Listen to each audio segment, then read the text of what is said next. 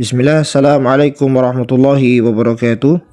Alhamdulillah, wassalatu wassalamu ala rasulillah wa ala alihi wa sahbihi wa man walah, la nabiyya wa la rasulahu ba'dah.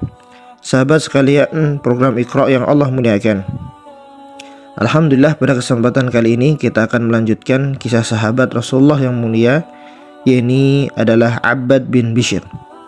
Abbad bin Bishr adalah sebuah nama yang sangat cemerlang dalam sejarah dakwah Islam. Bila Anda mencarinya di antara para abid, ahli ibadah, maka Anda akan mengatakan dia yang sangat bertakwa, suci dan menegakkan salat setiap malamnya, serta membaca beberapa juz dari Al-Quran. Bila Anda mencarinya di kalangan para pahlawan, maka dia akan mendapati banyak pertempuran dia ikuti demi menegakkan kalimat Allah dengan gagah berani. Dan jika Anda melihatnya di lapangan pemerintahan, maka dialah penguasa yang cakap, berbobot dan dipercaya dalam urusan harta kekayaan kaum muslimin. Ketika Islam mulai tersiar di Yathrib, Abbad bin Bishr al-Ashhali masih muda. Kulitnya yang sangat bagus dan wajahnya yang rupawan memantulkan kesucian dalam dirinya. Dalam kegiatan sehari-hari ia memperlihatkan tingkah laku yang baik. Sikap seperti ini sudah sangat matang jiwanya, walau usianya belum mencapai 25 tahun. Dia mendekatkan diri kepada seorang da'i dari Mekah, pemuda, yakni adalah Mus'ab bin Umair. Maka dalam tempo singkat hati keduanya terkait oleh ikatan iman, bekerja sama dalam urusan-urusan yang mulia dan masalah-masalah yang utama. Abbad belajar membaca Al-Quran kepada Mus'ab. Suaranya lapang, merdu, keras dan menyejukkan serta menawan hati. Karena itu ia senang sekali membaca kalamullah itu dan melapangkan tempat yang luas dari hati kecilnya. Lalu ia terkenal di kalangan sahabat sebagai imam dan sahabat Al-Quran. Pada suatu malam, Rasulullah SAW sholat tahajud di rumah Aisyah yang berdempetan dengan masjid. Terdengar oleh beliau suara Abbad bin Bishr membaca Al-Quran dengan suara yang sangat enak, suara yang empuk dan enak terdengar, laksana suara Jibril ketika menurunkan wahyu ke dalam hati beliau. Maka Rasulullah SAW berkata, "Wahai Aisyah, suara Abbad bin Bishr kah itu?" Aisyah menjawab, "Betul ya Rasulullah." Lalu beliau mendoakan, "Wahai Allah, ampunilah dia." Abbad bin Bishr turut berperang bersama-sama Rasulullah dalam setiap peperangan yang dipimpin oleh beliau. Waktu Rasulullah SAW kembali dari perang Dzatur Riqa, beliau beristirahat dengan seluruh pasukan kaum muslimin pada suatu jalan di atas bukit. Setibanya di tempat perhentian di atas bukit, Rasulullah bertanya kepada para sahabat, "Siapa yang bertugas untuk berjaga di malam ini?" Maka Abbad bin Bishr dan Ammar bin Yasir berdiri seraya berkata, "Kami ya Rasulullah." Rasulullah telah menjadikan mereka berduanya bersaudara ketika kaum muhajirin baru tiba di Madinah. Waktu keduanya keluar dari jalan, yakni pos penjagaan, Abbad bertanya kepada Ammar, "Siapa di antara kita yang jaga lebih dahulu, sementara yang lain dapat tidur?" "Akulah yang tidur lebih dahulu," jawab Ammar. Lalu ia bersiap-siap untuk berbaring tidak jauh dari tempat penjagaan yang dijaga oleh Abbad. Suasana malam itu tenang, sunyi dan sangat lembut. Hati Abbad tergiur untuk hendak melakukan ibadah sholat malam dan membaca Al-Quranul Karim. Dia segera merasakan bagaimana manisnya ayat-ayat Al-Quran yang dibacanya dalam sholat, sehingga nikmat sholat dan nikmat tilawah membaca Al-Quran berpadu menjadi satu dalam jiwanya. Ia menghadap kiblat hendak sholat. Dalam sholat dibacanya surat Al-Kahfi dengan suara yang lembut, sunyi, serta sedap. Di saat Abbad sedang melaksanakan salat, seorang laki-laki yang datang memacu langkah tergesa-gesa.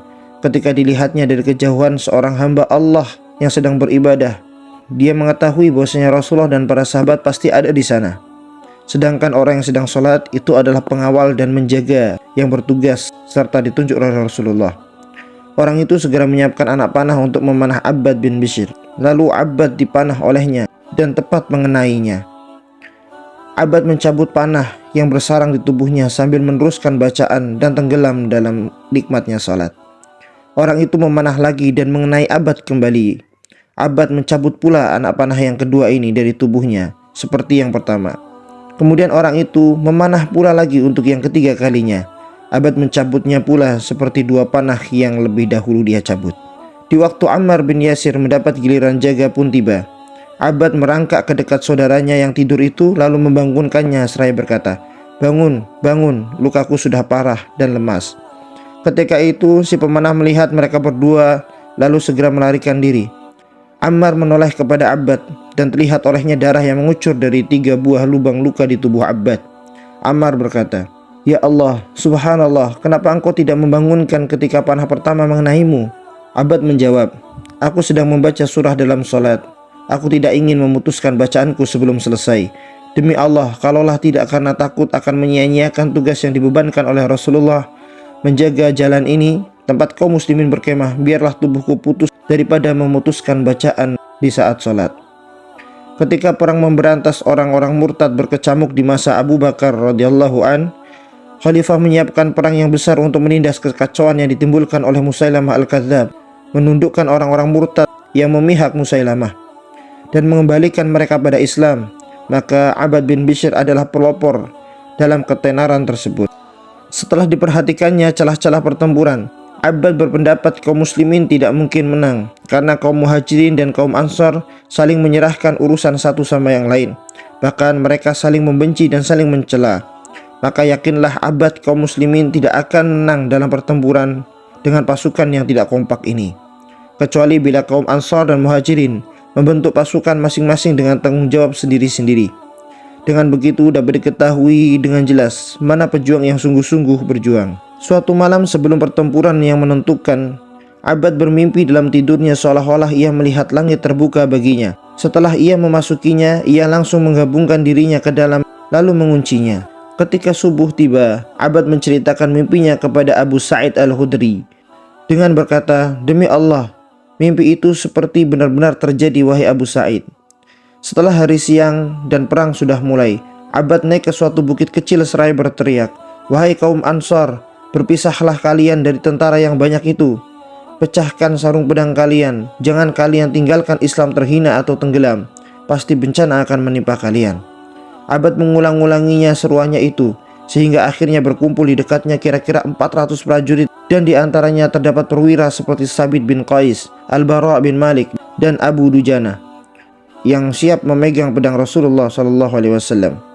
Abbad dan pasukannya menyerbu dan memecah pasukan musuh dan menyebar maut dengan pedangnya. Kemunculannya menyebabkan pasukan Musailamah al-Kadzab mendesak mundur dan melarikan diri ke Taman Maut atau ke Kebun Maut. Di sana, dekat pagar tembok Taman Maut, Abbad gugur sebagai syuhada.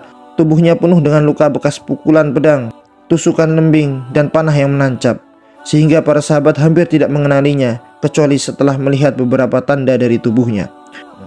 Masya Allah, dia adalah seorang ahlul Quran, dia seorang pahlawan, dan dia seorang yang berpikir jauh, mementingkan kesatuan. Dan bisa kita ambil daripada kisah ini adalah bagaimana seorang yang abid, ahli ibadah, yang mengabdikan dirinya kepada Rasulullah SAW, ia gunakan nyawanya, kesusahannya, kepayahannya demi memperjuangkan Islam. Semoga kita semua mampu meniru perjuangan daripada para sahabat, agar dakwah Islam ini kita menjadi orang yang ikut andil dan diberkahi oleh Allah. Aqulu qouli hada astaghfirullahi wa lakum. Wassalamualaikum warahmatullahi wabarakatuh.